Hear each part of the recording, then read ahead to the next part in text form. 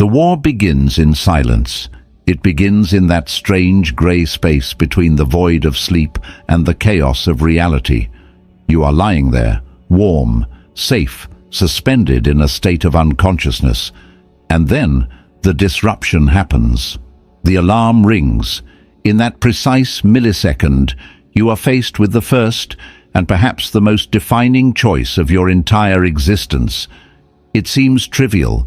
It seems like a mundane physiological function, waking up. But if we look closer, if we analyze the neurochemistry and the philosophy of this moment, we realize it is something far more profound. Neuroscience defines this transition as the hypnopompic state. Your brain is shifting gears. You're moving from the restorative delta waves of deep sleep into the alert beta waves of waking life. Your prefrontal cortex, the CEO of your brain, the seat of your logic, your discipline, and your long-term planning, is not yet fully online. You are chemically vulnerable. You are cognitively defenseless. And it is in this moment of weakness that the modern world launches its most aggressive assault. Before you even open your eyes, the conditioning kicks in, the urge to seek comfort, the urge to retreat, the urge to pick up that black mirror on your nightstand and flood your unshielded mind with the dopamine of other people's lives, the cortisol of global tragedies, and the static of irrelevant noise. Most men lose the war right here.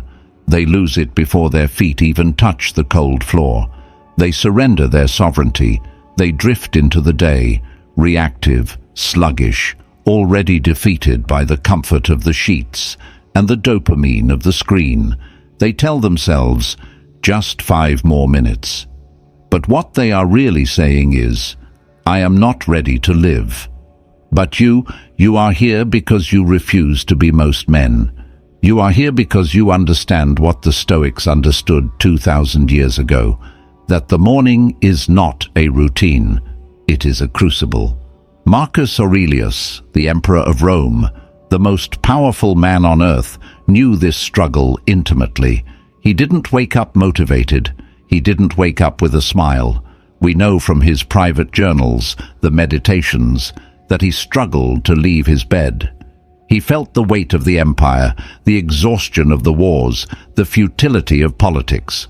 He wanted to hide, but he wrote a command to himself, a psychological override code that has survived for millennia. He wrote, "At dawn, when you have trouble getting out of bed, tell yourself, I have to go to work, as a human being. What do I have to complain of if I am going to do what I was born for, the things I was brought into the world to do? Or is this what I was created for, to huddle under the blankets and stay warm?" He framed the morning not as a chore, but as a duty to his own nature, a rejection of the animal instinct for comfort in favor of the human capacity for action. We are going to dissect this philosophy. We are going to take the ancient wisdom of the Stoa and upgrade it with the precision of modern psychology. We are not interested in hacks. We are interested in a fundamental restructuring of your consciousness. We are going to lay down 10 protocols. These are not suggestions. These are the laws of the morning war. 1. The urgency of existence. When you woke up this morning, you were given a transaction. You were handed 24 hours of time. This is a currency, but unlike money, you cannot save it. You cannot invest it to get more later. You cannot hoard it. You must spend it. And once it is spent, it is gone forever into the void. The Stoics used a practice called Memento Mori. Remember that you must die. Now, in our modern culture, we are terrified of death. We hide it in hospitals, we sanitize it, we refuse to speak of it. We live in a mass delusion of immortality. We say things like, I'll do that someday. We procrastinate our dreams, our discipline, and our character development to a future that does not exist. We act as if we have an infinite supply of mornings, but you don't. Seneca, the great Stoic statesman, wrote a treatise called On the Shortness of Life. In it, he delivers a brutal diagnosis of the human condition. He says, "It is not that we have a short time to live, but that we waste a lot of it. Life is long enough, and a sufficiently generous amount has been given to us for the highest achievements, if it were all well invested." Think about that. The problem isn't that life is short. The problem is that we are wasteful. We leak our time.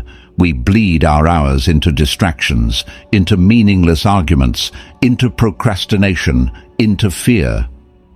Martin Heidegger, the German existentialist, took this further. He argued that human beings only achieve authentic being when they confront their own finitude. He called it being towards death.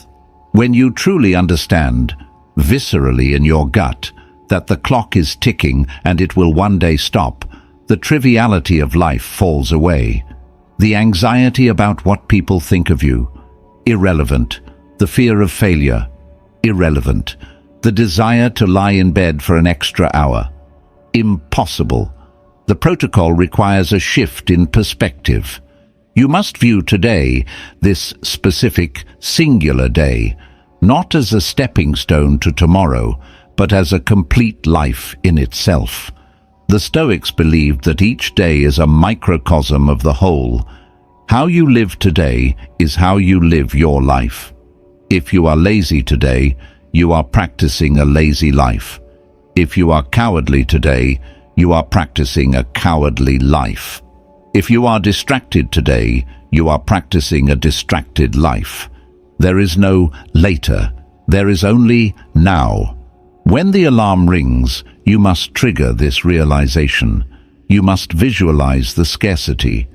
You must understand that this day is a gift that has been denied to millions of people who did not wake up this morning. To waste it is the ultimate act of ingratitude. So the instruction is this: do not drift into your morning. Do not sleepwalk. Wake up with a declaration. Remind yourself that the meter is running. The sand is falling through the glass. This day is yours, but it is fleeting.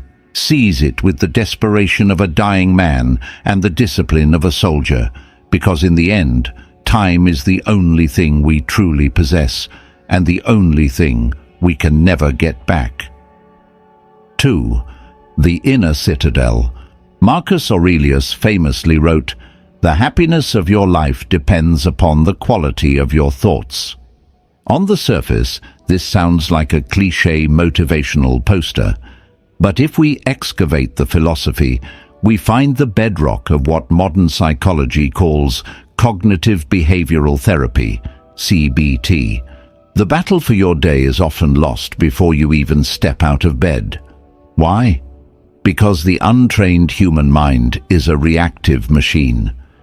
Evolution did not design your brain to be happy. It designed your brain to survive. So, when you wake up, your ancient limbic system, the emotional center of the brain, immediately scans the horizon for threats. You wake up, and the first thoughts are often negative defaults. I am so tired. I have too much to do. I am not ready for this. What if I fail? Most people accept these thoughts as facts. They merge with them. They become the tiredness. They become the anxiety. They let the external world and their internal fears storm the gates and sack the city. The Stoics had a different model. They called the mind the inner citadel, a fortress. The most critical skill you can develop in the morning is what Epictetus called the discipline of assent. In Stoic psychology, there is a gap between the impression, what happens or what you think, and the assent, your agreement with it.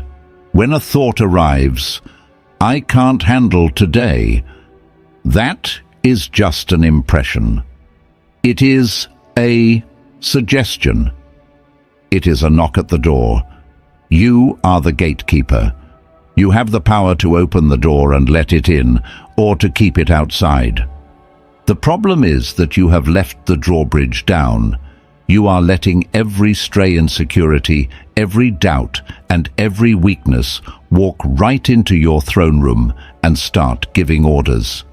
The protocol for the morning is cognitive distancing. When you wake up and the negative monologue begins, you must detach. You must step back and observe the thought. You are not the voice in your head. You are the one listening to the voice. There is a profound difference between saying, "I am anxious," and saying, "I am noticing a feeling of anxiety." The first statement is a surrender. You are defining your identity by a temporary emotion. The second statement is a tactical observation. You are the general on the hill, watching the enemy movement, but remaining separate from it. So, here is the practice. In those first few minutes, when the brain is foggy and the defenses are low, you must stand guard. When the thought comes, "This is too hard," you answer it with the Stoic challenge. This is just an appearance, and not at all what it appears to be. You interrogate your own mind. Is this thought useful? Is it true?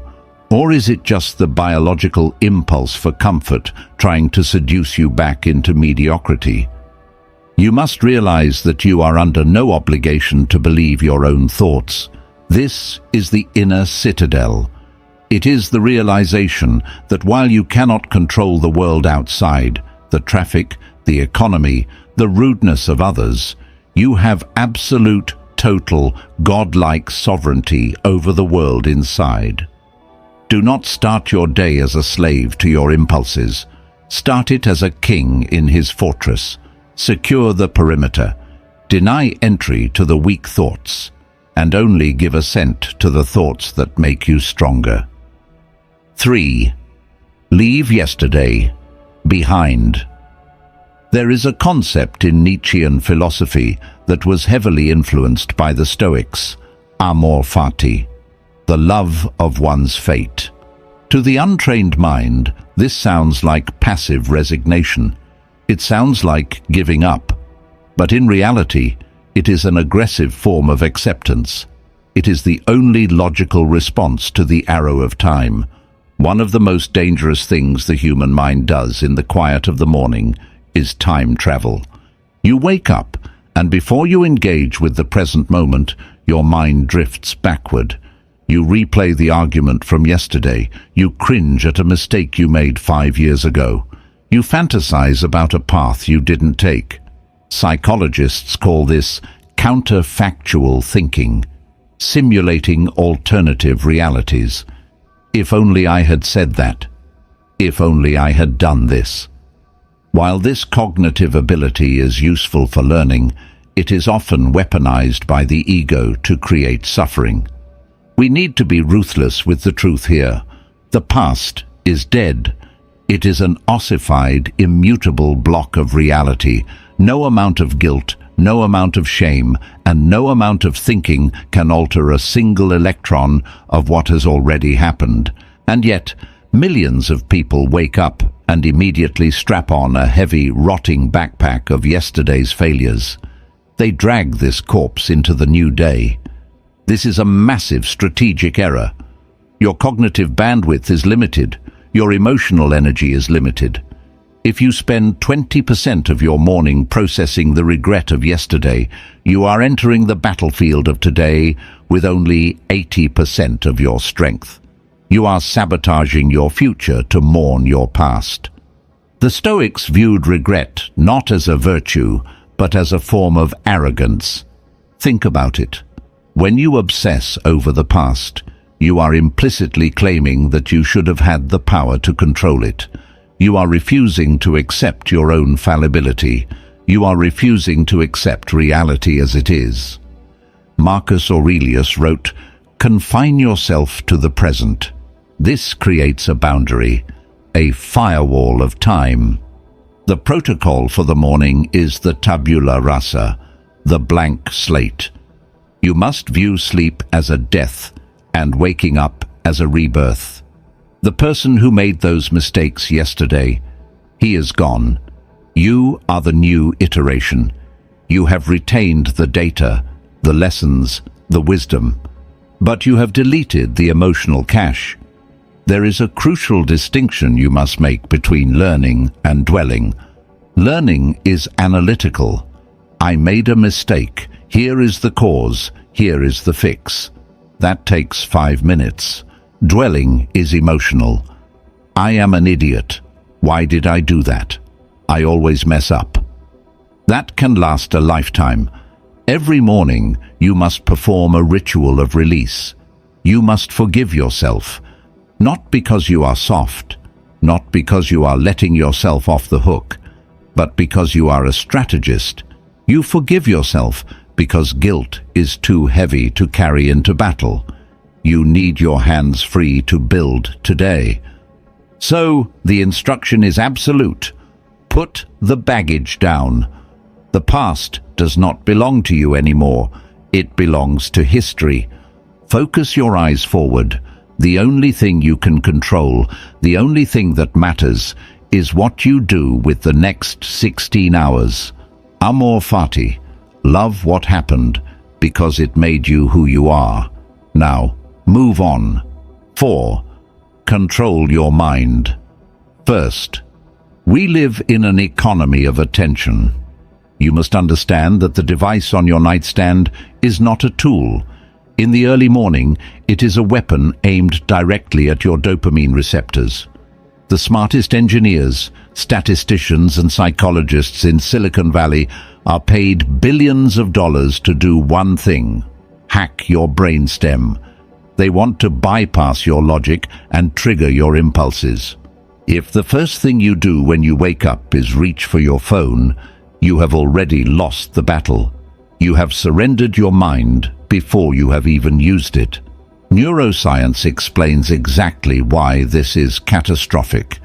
When you wake up, your prefrontal cortex, the part of the brain responsible for executive function, for planning, for emotional regulation, for willpower, is still coming online.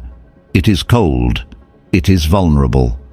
By scrolling through social media, checking emails, or reading the news immediately, you are blasting this sensitive machinery with a cocktail of cortisol and cheap dopamine. You are training your brain to be reactive. You are teaching your neural pathways that the way to soothe anxiety is to seek external distraction. You are teaching your mind that it needs a hit of validation to function. This creates a background hum of anxiety that lasts all day. You feel scattered. You feel rushed. You feel behind before you have even started. The Stoics spoke of the discipline of assent, the ability to choose which impressions we accept. Epictetus warned against leaving your mind as an unwalled city. If you leave the gates open, anyone can walk in. Friends, enemies, thieves, tyrants. When you check your phone first thing, you're opening the gates of your inner citadel to the entire world. You're inviting the chaos of politics, the envy of comparison, and the stress of other people's demands right into your bedroom. This is madness. You would not let 1,000 strangers walk into your house while you are in your pajamas. Why do you let them walk into your mind? The protocol is the dopamine firewall. You must establish a hard perimeter, a no-fly zone for the first 30 minutes of the day. No digital input, no news, no messages, no scrolling. In those first 30 minutes, you are booting up your own operating system.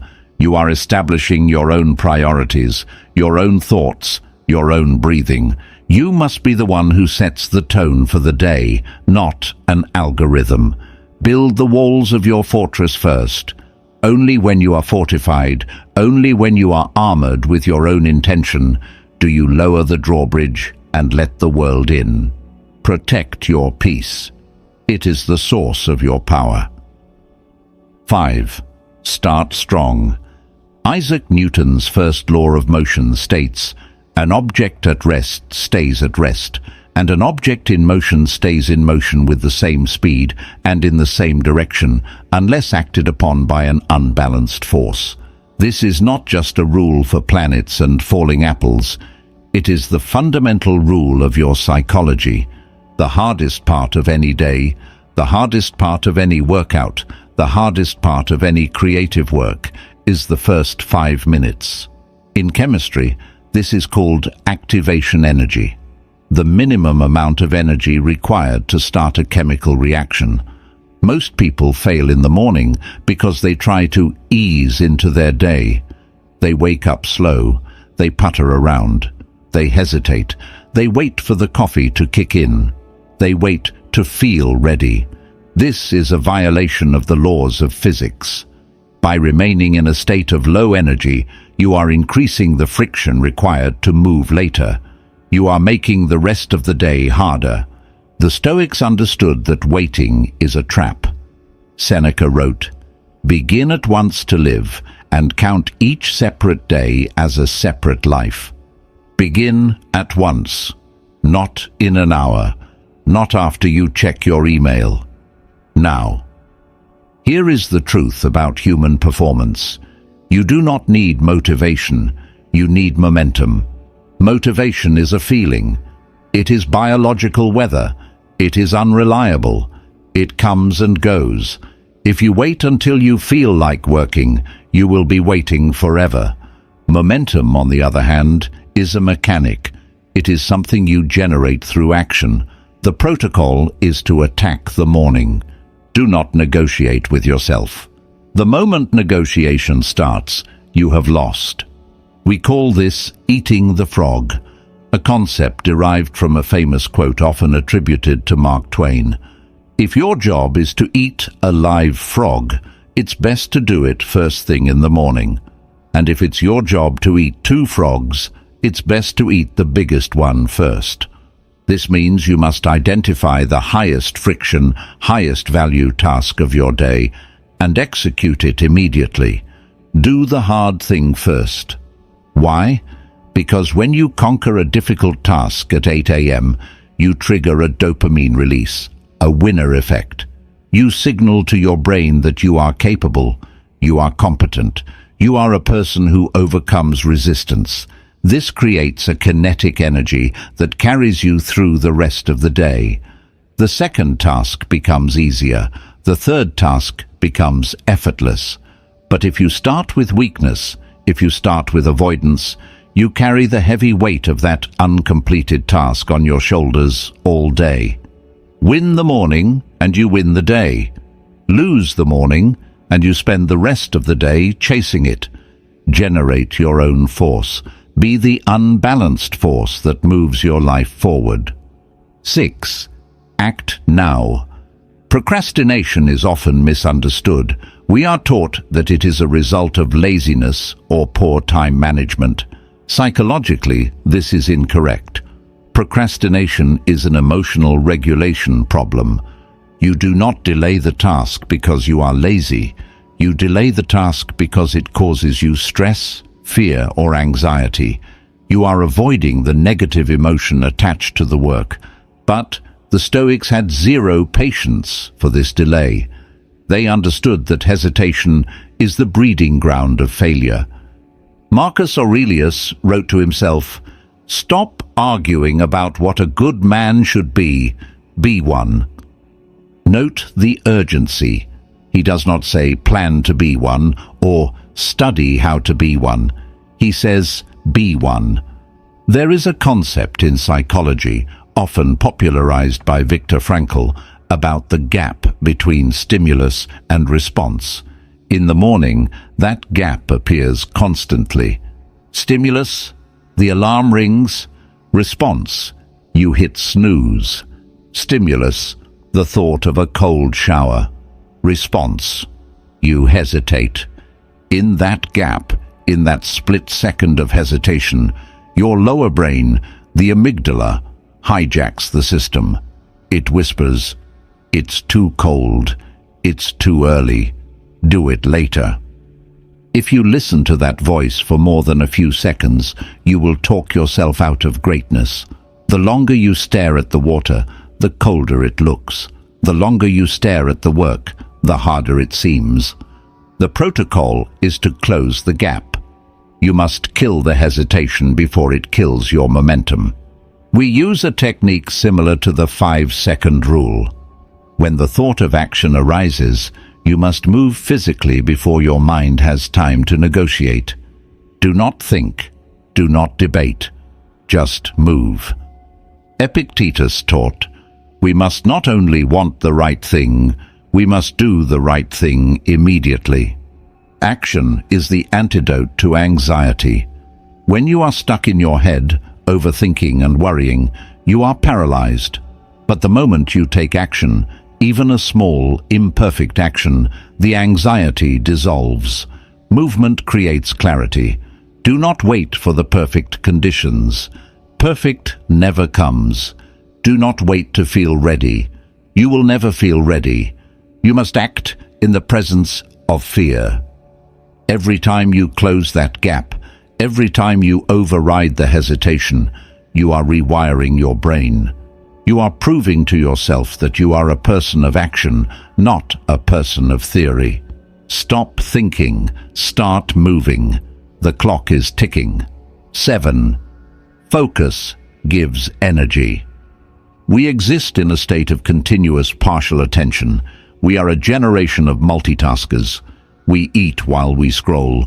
We work while we listen to podcasts. We talk while we text.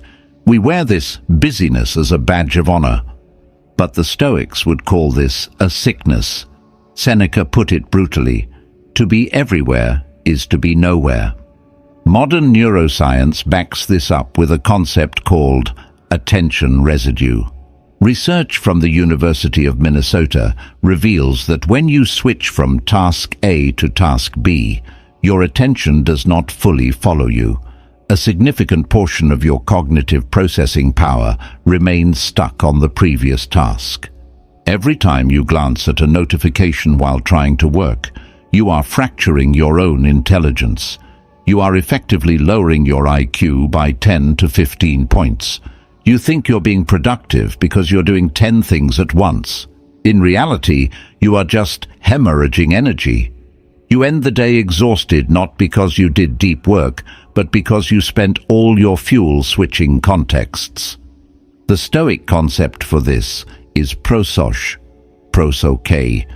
the practice of radical attention. It is the discipline of being fully engaged with the matter at hand. Marcus Aurelius wrote, "Concentrate every minute like a Roman, like a man, on doing what's in front of you with precise and genuine seriousness." Here is the counterintuitive truth. Focus does not drain energy. Focus generates energy. When you lock your attention onto a single target, when you eliminate all other noise, you enter what psychologists call a flow state. In flow, the friction disappears. The self-consciousness disappears. The work becomes effortless. You feel alive. The protocol for the morning is deep work. Select one critical task, just one. Remove every single distraction. Phone in another room, tabs closed, door locked. And for a set period of time, do nothing but that task. Treat your attention like a laser, not a light bulb. A light bulb illuminates everything weakly. A laser cuts through steel. In a world of distraction, the ability to focus is a superpower. It is the only thing that separates the deep thinkers from the shallow skimmers. Do less, but do it with absolute, terrifying precision. 8. Small wins grow big. There is a dangerous lie we tell ourselves, that for a day to be successful, something massive must happen. We look for the quantum leaps. We look for the explosive results. But the Stoics understood the mathematics of human behavior better than we do. They knew that character is not built in the dramatic moments of crisis. It is built in the quiet, invisible moments of the ordinary. Zeno, the founder of Stoicism, famously said, "Well-being is realized by small steps, but is truly no small thing." Consider the act of making your bed. In the grand scheme of the universe, it is trivial, it is meaningless, but psychologically, it is foundational. When you wake up and immediately bring order to your physical environment, you are signaling to your brain that you are the source of order in a chaotic world. Admiral McRaven famously told the graduating class of the Navy SEALs, "If you want to change the world, start by making your bed." Why? Because it gives you the first win of the day.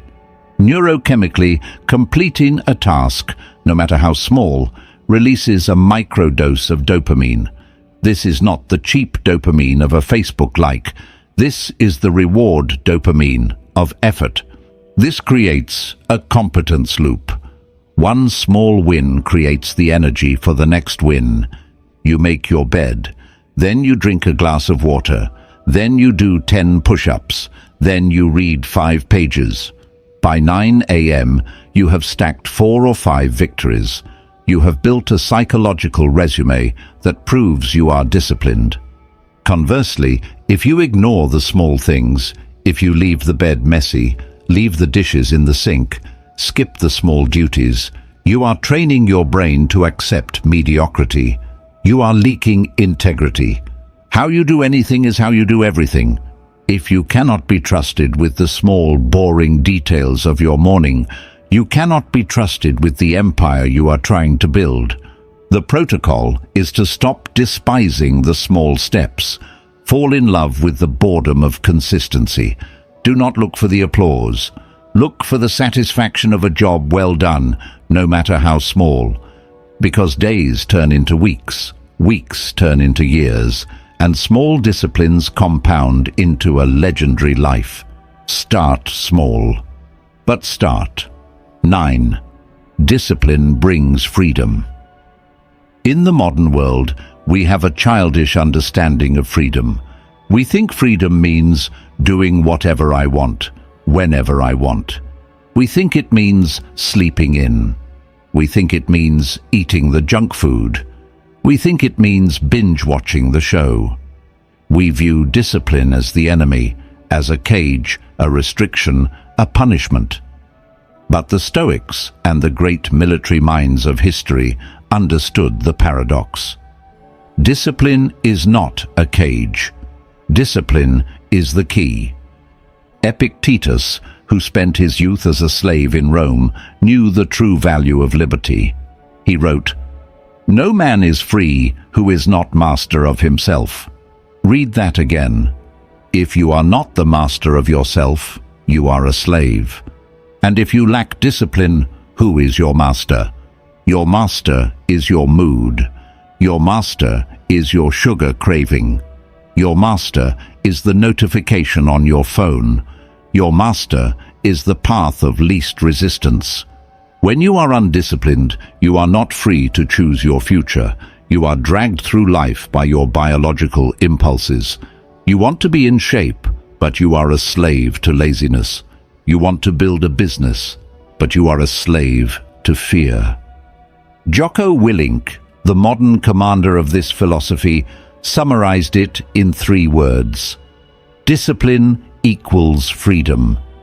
It sounds contradictory, but look closer. If you have the discipline to wake up early, you gain the freedom of time.